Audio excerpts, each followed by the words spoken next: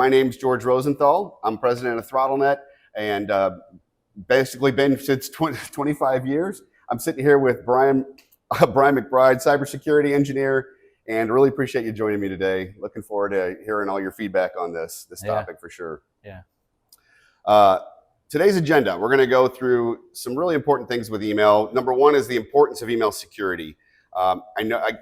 Some things we're going to talk about in a little bit here is how long email's been around, and I'm still fascinated with the fact that we have to deal with email security in the way that we do. But we really need to focus on this, as well as how spam filtering works. I know everyone's frustrated with how much spam you get in your inbox and how much time you spend dealing with spam. So we're going to work on that and kind of cover on how the experience of spam filtering can be improved and make sure that your company is being safe. And then, of course, the last topic we're going to go over is when to reach out to ThrottleNet. There's going to be several times that you need to contact ThrottleNet for some email support and making sure that your email is secured. So let's jump right in. Some first things we want to share with you guys is some stats. These are kind of absolutely amazing stats. Cybercrime is going to cost the world $23 trillion. It's a lot. A year by 2027. I mean, that's massive economy fluctuation around the planet just on cybercrime. Yeah. If that doesn't frustrate you, I don't know what could. On top of how hard it is already to get world economies to work together, now you've got $2 trillion or $23 trillion being taken out. An average of over 361 billion emails are sent a day. I can't even wrap my mind around that. 361 billion emails after this long.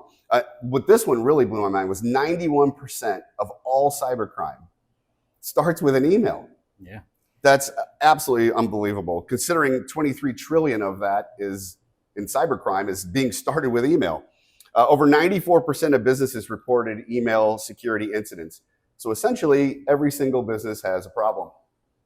That's definitely a reason to be paying attention to email security. 45% of organizations have most applications in the cloud. Now, we're going to talk about this a lot, but And this is relevant to business email compromise. Absolutely. Well, and we'll talk about that. Yes, because no longer are these applications now sitting on servers inside of your office. They're out somewhere. Yeah. Absolutely. That's definitely going to be an issue we need to deal with. This one really blew my mind as well, that the top three industries hit are manufacturing, finance, and insurance, and then professional businesses and consumer services are your top three. So essentially, everyone that ThrottleNet works with is in that target area for cybercrime. And these are massive, massive industry and economic leaders that need to be taken care of. And again, it's 91% of that crime is coming from email with all three of these industries. It's crazy. One of the things I wanted to talk to you, Brian, about was email has been around since 1971. So all of these decades, and we're still dealing with not only this, what I would say in the computer world is a primitive form of communication, considering it's been around since 1971, but it's the main cause for all cybercrime. So why are these bad actors using email? Well, email, it's a fundamental communication method used by virtually everyone. So that makes it a prime target for attackers. Okay. It's relatively cheap and easy to craft up an email and send it to thousands of people. These emails can be used to deliver attacks such as phishing, malware, ransomware, and social engineering. So this versatility really makes it, attractive to cyber criminals. So. Well, and back in the day, decades ago, the main purpose of a hacker was just disrupt and cause a problem. It was a 16-year-old in the basement just trying to be a nuisance. But is it still that, or is it something else? Well, I mean, there still are disruptions, attacks like DDoS attacks, denial of services. But now these cyber criminals, they're financially motivated. So it's usually related to gaining some type of money. Okay. So as far as that goes, let's go into business email compromise, which you'll hear a lot as BEC. Essentially, they're using email to manipulate people into basically giving out money or stealing money. So can you talk a little bit about business email compromise and how they're using email to take money, essentially? So an example of this could be, say you're working with a vendor, the vendor's email account is compromised. The threat actor can create like a mail rule in there to hide communication, knowing that someone's going to be a target, like they would do the recon on the mailbox, see that there's financial or money involved in email communications. Then they can craft up an email and send it out to you if it's your vendor. And to you, it looks like it's legit, right? It's coming from your vendor. Oh, sure. And they're asking you to update the bank account information where you're making payments to. Yep. And so it looks legit. You update their bank account information, and the next payment that you make goes to a fraudulent account. Right. So they're spoofing, essentially, not actually spoofing. They're using somebody's real email address and real email account. Yeah. And then watching you, and then going out and targeting your customers and saying, hey, before you remit payment, oh, by the way, we changed our checking account. Right. Yeah, this example is beyond spoofing. Of course, there are examples where there's lookalike domains, with a different character in it or whatever. So essentially, you need to be looking at your email address. Then when it comes in, you're looking for different characters, something that's a little off. Or in some cases, the real sophisticated ones will look like the actual person requesting money or a change in funds from a customer. Yeah. Well, I mean, there's a lot of things to look for in an email, and anytime that it seems like it's financially involved, like changing accounts and stuff, always call and verify. That's the key, is call and verify. Have that policy in place with your organization. So you don't send money to these cyber criminals. Absolutely. Yeah. Call and verify before you send any money anywhere. One of the things too is, are they getting in with, talk about the attachments, I guess. Whenever somebody sends an email, if they see any attachments at all, what should they be doing? Or what's some dangers if they open an Excel file from somebody? Well, okay. So, or a Word document for that matter. Let's just say a user receives an Excel document, not just an Excel document, but a macro-enabled Excel document. So that would be the .xlsm. It looks important. Maybe it says like new project information or something to do with financials. They go ahead and download this attachment. They open it up. They see the banner at the top and it says enable content. They go ahead and enable content. Well, doing something like that could cause a script to run. If this is a malicious attachment, a script could be running in the background without you ever seeing it. That script could install malware on your machine. It could download malware from the internet, but it could provide remote access to the threat actor. Wow. But once it kind of gains a foothold on that one machine where you open the attachment, from there it can spread throughout the network. Right. So if somebody's even on the network, a bad actor's on your network, and they send a Word document to a coworker acting as if they're their boss or somebody like that, and you open that Word document, you could automatically be letting them infiltrate the whole network. Yeah, I mean, it could be disguised as a Word document, but the macro-enabled stuff is definitely dangerous. Wow. I mean, there's a lot of different attachments that could be dangerous. Absolutely. And on the screen here, you'll notice some examples of this. Definitely from an external email, make sure that you're not opening any type of Word document or Excel for that matter. Yeah. And in this example here that you're sharing, this is something we've been seeing recently. Where it appears to be a notification from Microsoft saying, hey, you purchased something, or someone at your organization purchased something. So it conveys that urgency of, hey, who's spending my money, or who's spending the company's money, or someone else should be handling this. So it might trick you into clicking on the link in the email. A few things to note about this example is, you can see the to is not to the end user, it's to a fake account, right? A threat actor set up a tenant at Microsoft and they're sending this here, but then they're BCCing the targets, the potential victims. Right. So they're getting thousands of people the same email. Wow. And if you're not paying attention, you just happen to open it and click on something, it's over with at that point. I know this example is another one you were talking about. Yeah, and you can see the 2 is just a little different, but it uses the .onmicrosoft.com, which is kind of the built-in. They provide that whenever you create a new tenant in Microsoft. Okay. So it's just the same thing, but this is something we're seeing quite often right now. Yeah. So be aware whenever you receive an email like this, make sure it makes sense. Look at the indicators, the 2, what's it actually want. Yeah. And then again, if you're not sure, get on the phone and call whoever you think is supposed to be sending you this or requesting money or asking you to open up a document. Yeah. And in this email, you don't have to click on the link to go sign into your Microsoft 365 and look at the billing and that's see a very see good point. There. Yeah. Very good point. So that blue button there, you don't have to click on that. You just don't. Go to your Microsoft 365 and log in yourself. Exactly. Yeah. Absolutely. Let's get back to some spam filtering real quick. So I know this is something that's important for everybody because spam filtering is something that you're trying to get as much of that junk out without hiding something that's important. So spam filtering in itself is not a set it and forget it kind of situation, is it? It's not. And going back to that example, essentially you see that threat actors change their tactics, right? Yeah. So whenever they send that email out to thousands of people, cybersecurity professionals, that's their job, is to look out for emails like this.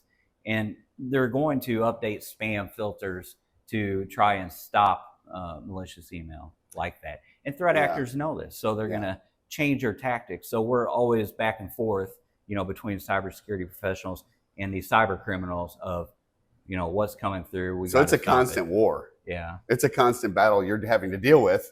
Yeah. I mean, that's something that it's not something like, hey, we got spam filtering, let's just turn it on and walk away. We're done.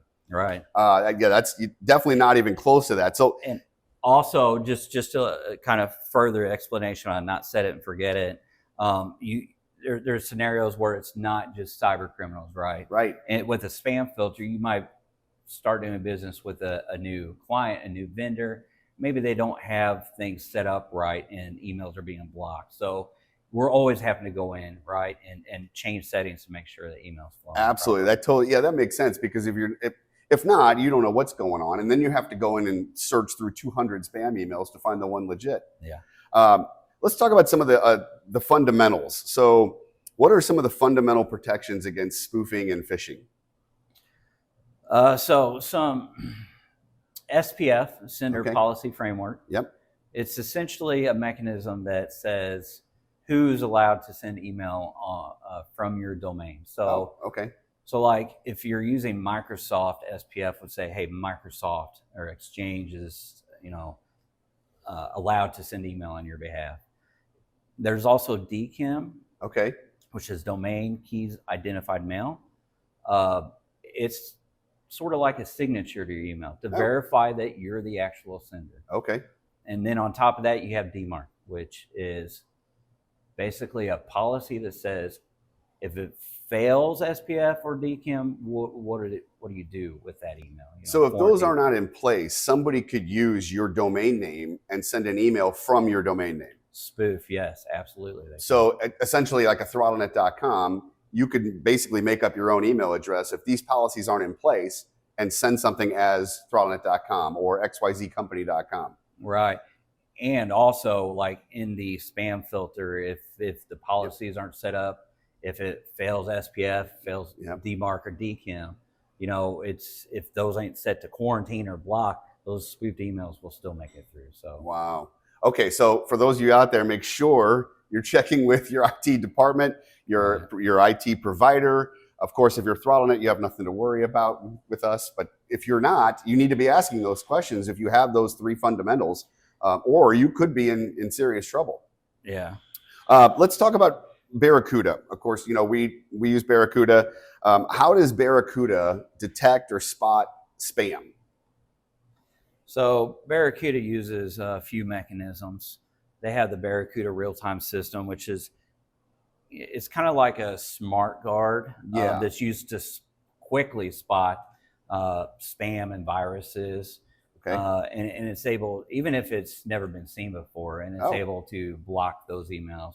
And then you have the global spam list, which it's kind of like the bad senders list, you know? Yes. So you receive the known bad guys. An email comes in and Yeah. it goes against this list. Hey, are they known for sending spam quite often? If so, block, right? Or quarantine, depending on how you have it set up. Well, one of the things you had talked about, obviously, is when you see spam come in, it may not be. It may be a legit source. Like maybe it's a customer or a friend that is trying to send you something. With Barracuda, though, you can go in a safe place and look at those emails, correct? Yes. So you can go into the quarantine portal. Okay. And you have a preview of that email where you can look it over, you know, in the quarantine page. And it's not going to infect anything on your network or computer if you're in that safe area. Right, you can review it. You're still able to interact with it. Okay, but great. You know, just reviewing it, it's not on your machine, right? And at that point, if it is legit, you can then turn around and go, okay, I like this. This sender's good to go, and it will repopulate back into your email Outlook. Correct? Yeah, we'll show an example of how to do that. That's great. Yeah, in fact, we can go to that right now. Let's go over here. So right here, actually, I think is exactly what you're talking about. Yeah, so this is an example of a quarantine notification. In these notifications, you can see there's options to deliver, allow list the sender, or add that sender to the block list. And then once you go to manage quarantine, it's going to take you out of Outlook, of course, and go to... Yeah, it'll open up a page for the Barracuda quarantine. That makes sense. And this one, I believe, we have a little video here. If you'd like to talk to it, I'll go ahead and hit play. Yeah, so this here is showing how to release this quarantine email. So you can see the deliver button there. You just click on that and then sign into the Barracuda portal if you're not. And at this point, you are not on your own network anymore. You're outside on the Barracuda servers. Yeah, and once you get in there, you'll see it at the bottom left that it says, hey, a message was sent back to the delivery queue. So you'll get that email in a few minutes. But besides that, you are able to interact with these emails directly from the quarantine portal just by selecting it. And then you're able to go over and click on deliver. But here's that preview pane that we was talking about. Oh, yeah. On the right side. And then just click deliver. And then once you have that, then it's going to come back into your... So that was two options to deliver a quarantine email. You know, you have directly from the quarantine notification, okay, and then you can do it from the portal, the quarantine. And then once you do that once, then it will free up that address to continue to bring email to your Outlook? No. Okay, good to know. So that's just to release that one email, right? Gotcha, yes. Now, going back to the quarantine notification, we have the allow list and the block list options as well. And we'll cover that in the next video. Okay, good to know. All right. So in this example, we're going to allow list the sender. I think this is the original. We need to go forward one video here. Sorry, here. We got to jump one. Here we go. Yes, so in this example, to allow list this user, we just click on allow list. It will take us back to the Barracuda quarantine page. And this time you're going to see in the bottom left, one message was allow listed and sent to the delivery queue. Now this was for that very specific sender. This video seems to be cut off, but you can go to settings in the quarantine page and sender policy. And from here you can view who you have exempt, which is allowed, who you have blocked. And from here you can also remove those policies. Like say you've allowed car and driver here to send you emails and you're getting tired of them. You can come remove that policy, allowing it, you know, or change it to block. That's pretty impressive. So you can actually turn them on and off. Yeah. Okay, that's great. So again, if it's legit, you can set up the rules, you can bring them in, you can turn things on and off if you'd like. So that way it's going to reduce this 200 plus emails a day that's coming into your email box that you're having to delete. Yeah. So one of the things I know, when you want to receive these notifications, I mean, you can turn these on and off, correct? Well, yeah, you can turn them on and off, Okay. or you can. So Barracuda is set up where you have 1 hour time blocks on their schedule, and we'll show that in the next video example. Yep. So from here on the quarantine page, you can go to settings and quarantine notifications. Okay. And you can see that it's set to enable to send notifications. Oh. That's where you can turn it off. And then the blue blocks are the 1 hour time blocks when it would send a quarantine notification if you have a new email in quarantine, right? Yeah. To add time blocks here, you can simply highlight the 1 hour time blocks that you want quarantine notifications to be sent in. So you can see here, Monday through Sunday, you're going to get a quarantine notification. That's great. Every hour between 8 and 5, if there's a new one in your quarantine. And once you have that set, you can go up and click the save button. That's great. So you're not getting bombarded all the time. You have full control essentially over your email, over spam, everything. It's fantastic interface. Yeah. And it's all safe. It's away from your network. It's not on your computer. That's the best part of all of this, is that you're able to not only rely on the rules that are set up in place, but then manage it yourself. Right. Yeah.